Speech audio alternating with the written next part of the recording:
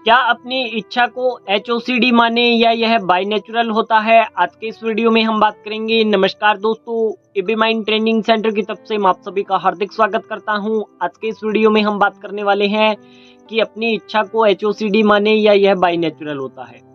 HOCD के अंतर्गत बहुत सारे लोगों का यह सवाल रहता है कि हमारा मेल के साथ सेक्स करने का मन करता है या मेल की तरफ अट्रैक्शन आता है, मेल के प्राइवेट पार्ट की तरफ बार बार ध्यान जाता है, उसके प्रति फील आता है। तो क्या यह हमारा HOCD के अंतर्गत क्राइटेरिया बन रहा है या फिर यह बाय नेचुरल है और इसको हम चेंज कर सकते हैं या नहीं कर सकते? यह बहुत सारा सवाल रहता है। तो आज के इस वीडियो में मैं इसी का जवाब देने वाला हूँ। तो HOCD की जहां बात आती है ना, तो वहां यह क्राइटेरिया बनता है। दूसरी बात, होमोसेक्सुअल के साथ भी यह क्राइटेरिया बनता है। ठीक है, इसमें थोड़ा सा डिफरेंस रहता है। उसके तहत हम इसमें फाइंड आउट करते हैं कि यह HOCD है या होमोसेक्सुअल का केस है। और जब यह फाइंड आउट हो जाता है तो फिर इससे बचाव के लिए कुछ एफर्ट्स लगाए जाते हैं। उसके माध्यम से आप इन समस्याओं से दूर हो सकते हो। तो इस बात को आपको समझना पड़ेगा। अब यह सिचुएशन ऐसी पैदा होती है कि जिनको HOCD होती है उन लोगों को भी बहुत बार क्या होता है कि ऐसा होता है कि मैं इस मेल के साथ सेक्स कर लूं या यह मेल मुझे अच्छा लग रहा है, यह काफ़ी हैंडसम है या इसका बॉडी पार्ट बहुत अच्छा है, तो मैं इसकी तरफ अट्रैक्ट हो जाता हूं या हो जाती हूं, मैं इसके साथ सेक्स करूं। ये सब क्राइटेरियाज आपके बनते हैं। यह HOCD में भी बनते हैं, बट जो होमोसेक्सुअल है उसमें तो बनते ही बनते हैं। अब यहाँ क्या होता है कि इसमें एक दूसरी फेज आती है कि इसके अंदर आपको गिल्टी फील होता है। यह फेज जो गे का केस होता है उसमें भी आती है, जो होमोसेक्सुअल होते हैं उनके अंतर्गत भी यह समस्या आती है। परंतु उनके अंदर यह समस्या इस वजह से आती है कि उनको समाज का डर है या किसी के प्रेशर में आकर के वह ये चीज़ करते हैं। परंतु पिछले बहुत समय से मैं ऐसे केस को देख रहा हूँ जिसके अंतर्गत यह बात खुल करके सामने आने लगी है कि जो लोग गे हैं वह इन चीज़ को एक्सेप्ट कर रहे हैं और इसके अंतर्गत ऐसा नहीं करे। परंतु जिनको HOCD है उसके अंदर उनका गिल्टी रहता है और इसमें बहुत सारी परेशानियों का उन्हें सामना करना पड़ता है। और वह लोग ऐसा चाहते हैं कि एक बार के लिए मान करके चलो उन्होंने देख लिया, किसी के प्राइवेट पार्ट की तरफ उनका नज़र चला गया, परंतु दूसरे क्षण उनको ऐसा लगता है कि मैंने ये क्या कर दिया, ये ऐसा है वैसा है। और बहुत सारे लोग तो कंपल्शन भी करते हैं इसके अंतर्गत, गिनकर थूकना, बहुत कुछ करना।